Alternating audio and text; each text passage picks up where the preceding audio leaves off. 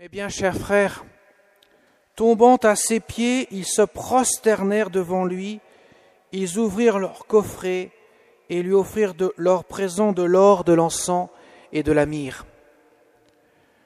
Voilà ce que nous dit saint Luc en ce jour où nous fêtons l'épiphanie, qui veut dire manifestation de Dieu. Dans les premiers temps de la foi chrétienne, on fêtait de manière coutumière 3 épiphanies ensemble. Aujourd'hui, on les distingue bien, on n'en célèbre d'ailleurs que 2 d'ailleurs, à savoir celle d'aujourd'hui, donc les rois mages qui viennent à la crèche, puis celle du baptême du Seigneur, qu'on fêtera demain, et enfin la 3e épiphanie qu'on fêtait, c'était les noces de Cana, lorsque Jésus accomplit le premier signe dans l'évangile de Saint Jean, ça veut dire le premier miracle, mais qui renvoie à un signe qui renvoie à une réalité qui se produira à la fin, bien sûr, lorsque Jésus donnera sa vie sur la croix. Un signe pour manifester le mystère de Dieu. Maintenant, la liturgie ne retient plus que les rois mages venant à la crèche de Bethléem. Alors pourquoi c'est une épiphanie ? Parce que ces rois mages, venus de loin, de l'Orient,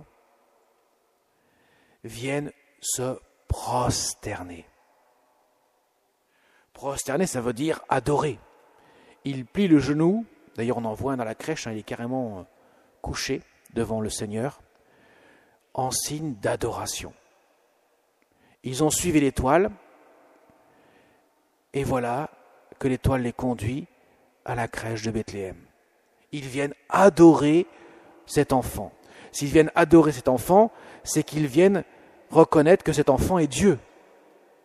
Aujourd'hui, on a coutume d'entendre dire qu'on adore le chocolat ou je ne sais quoi encore, mais le mot adoration est un mot à connotation religieuse. C'est pas seulement aimer, c'est plus que cela. C'est prier devant, ad orare, prier devant, et prier devant en se prosternant. Voilà que donc les rois mages se prosternent pour adorer. Eux qui ne sont pas des juifs, ils sont des païens, ils viennent de très loin, ils ne viennent pas de ce pays, ils viennent reconnaître que celui-ci est Dieu. C'est une manifestation de Dieu. D'ailleurs, dans les premiers temps chrétiens, on fêtait de manière plus coutumière l'épiphanie que Noël. L'épiphanie est une fête encore plus ancienne dans la liturgie de l'Église. La prosternation devant l'enfant qui est Dieu. Ça veut dire qu'à ce moment-là, on reconnaît que cet enfant est Dieu. On reconnaît qu'il est le divin Fils de Dieu. Il est né le divin enfant. On le reconnaît ouvertement. Et pas seulement les Juifs, pas seulement le peuple élu, mais les nations entières, car les rois mages signifient les nations entières. D'ailleurs, les 3 couleurs de peau signifient l'universalité de l'humanité, qui vient se prosterner, adorer, reconnaître que cet enfant est le Sauveur.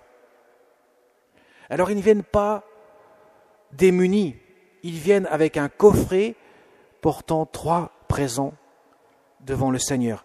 Et ces 3 présents ont une signification profonde. Ce n'est pas un simple cadeau de Noël qu'on peut offrir à son enfant.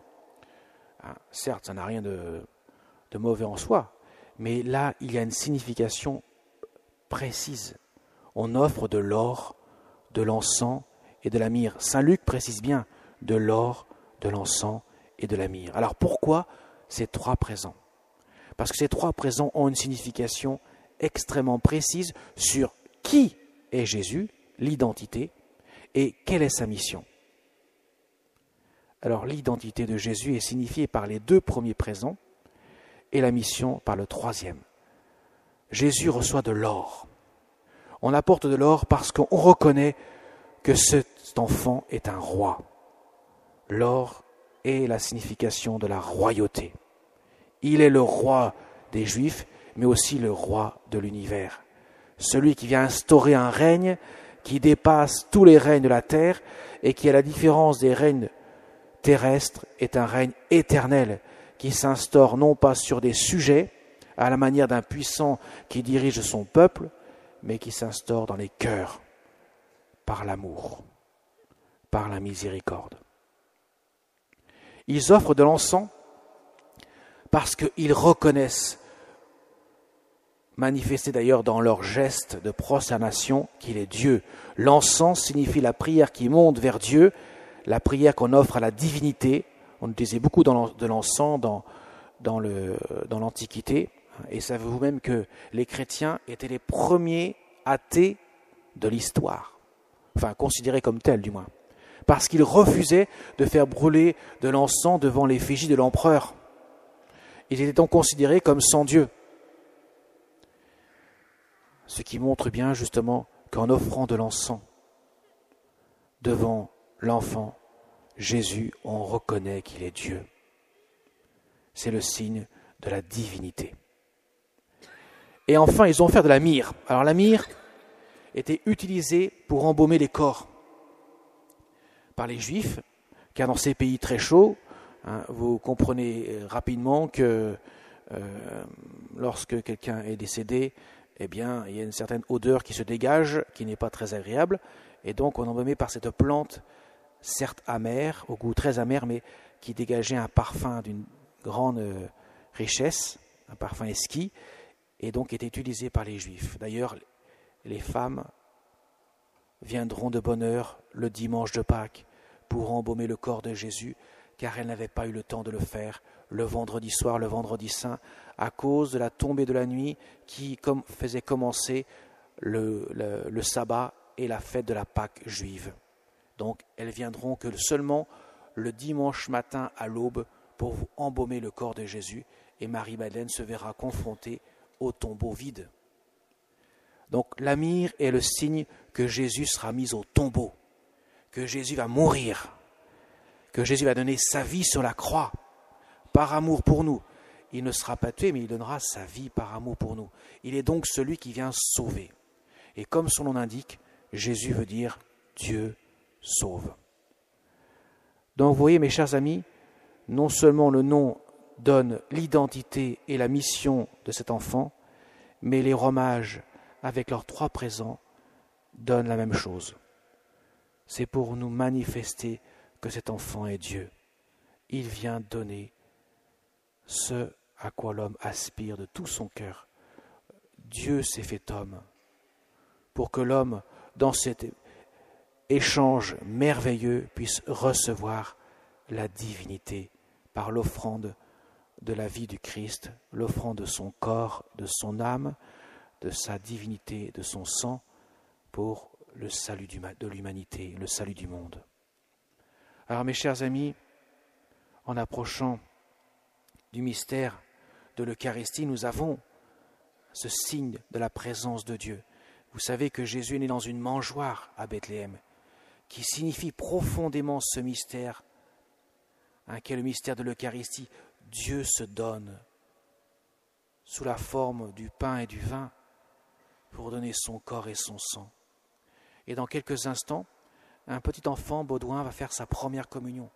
Nous allons l'entourer de notre prière afin que nous puissions nous aussi nous rappeler et que nous puissions l'accompagner dans sa prière, que le Seigneur est présent pour nous. Il vient non seulement pour les mages, il vient pour nous. Il vient nous donner sa vie par amour pour nous.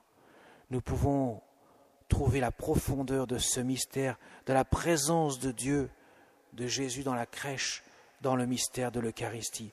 Jésus vient tout petit, sous l'humble apparence de l'hostie, pour se donner à notre cœur, assoiffé d'amour, assoiffé d'absolu.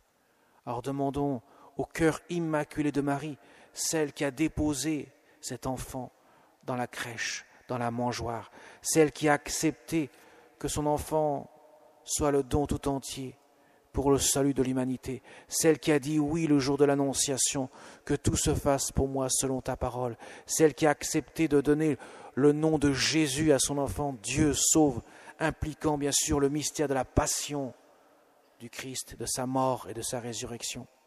Demandons lui aussi de nous porter dans notre prière, afin que nous puissions communier avec zèle et ardeur à ce mystère de la présence de Dieu qui vient renouveler nos cœurs de son amour miséricordieux.